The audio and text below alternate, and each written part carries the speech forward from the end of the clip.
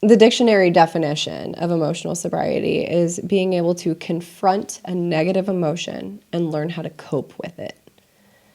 And I never, first of all, thought that confronting an emotion was a real thing until I got sober. And I obviously didn't have very good coping skills either. So now it's like with emotional sobriety, it's, there's always going to be things that are going to happen that are really uncomfortable. Like you're going to always have to deal with loneliness and depression and anxiety and, like that morbid reflection. Like that's always going to kind of happen, I think, anyways. For me, it has. And so now it's one of the things I've learned is when those feelings pop up, where I'm feeling uncomfortable, I have to sit in it for a second. I have to sit in the feeling and understand why I'm feeling that way. Is it because I'm lonely? Is it because I'm depressed? Is it because I'm, anxious? And if so, why? And I get down to the bottom of it.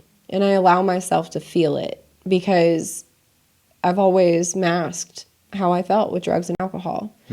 As to where now, it's like I've been blessed with being able to feel things.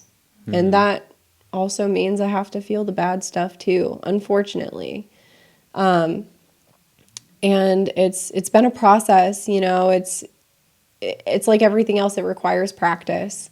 I like to think that I have some good emotional sobriety today. But if something, really terrible happens, I can't say how I'm going to react to it. But I just know that like breathing into the emotions and feeling it for exactly what it is. Like I have to remind myself, I'm probably feeling this way because I'm supposed to feel this way. Right. And that was a lesson that I had to learn a couple of months ago with something.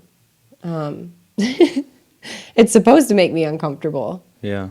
So I just have to understand that. Like nobody wants to feel that.